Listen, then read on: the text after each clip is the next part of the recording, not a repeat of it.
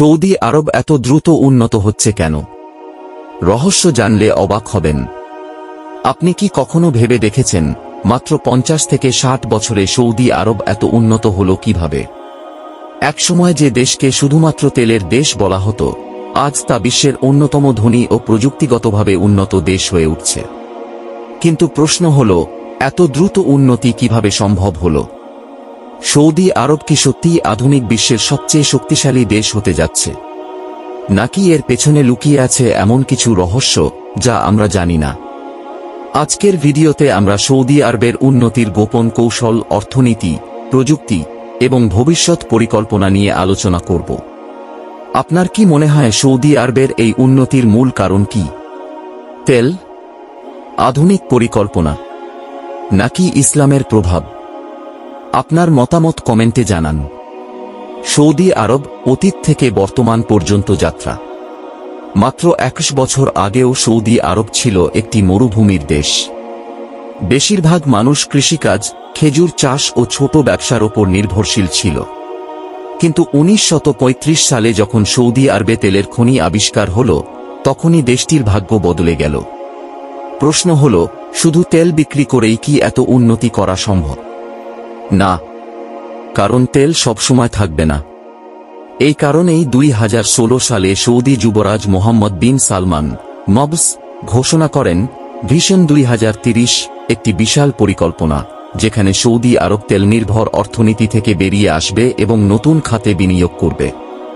আপনার কি মনে হয় সৌদি আরব সত্যিই তেলের ওপর নির্ভরশীলতা কমাতে পারবে?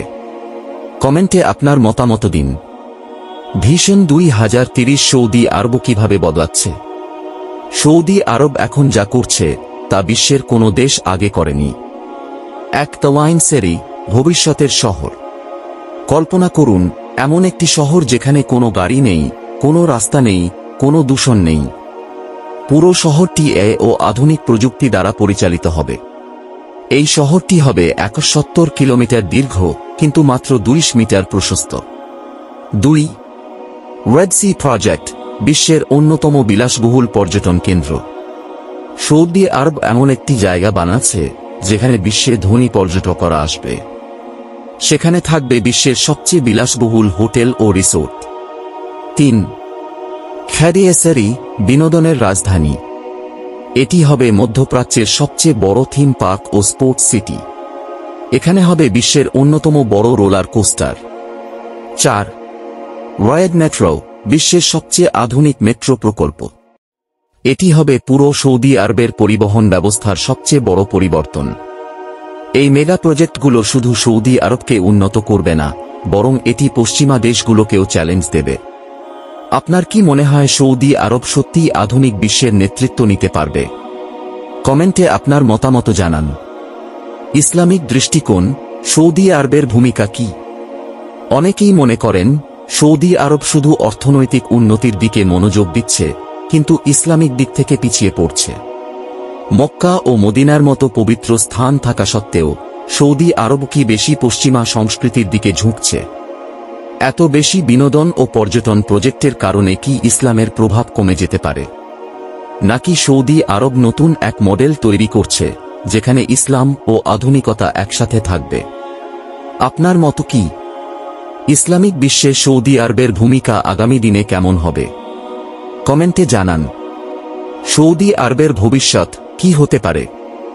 বিশ্বের অনেক বিশ্লেষক মনে করেন সৌদি আরব ভবিষ্যতে হবে বিশ্বের সবচেয়ে শক্তিশালী মুসলিম অর্থনৈতিক দেশ, মধ্যপ্রাচ্যের সবচেয়ে উন্নত দেশ, একটি প্রযুক্তি ও বিনোদন কেন্দ্র।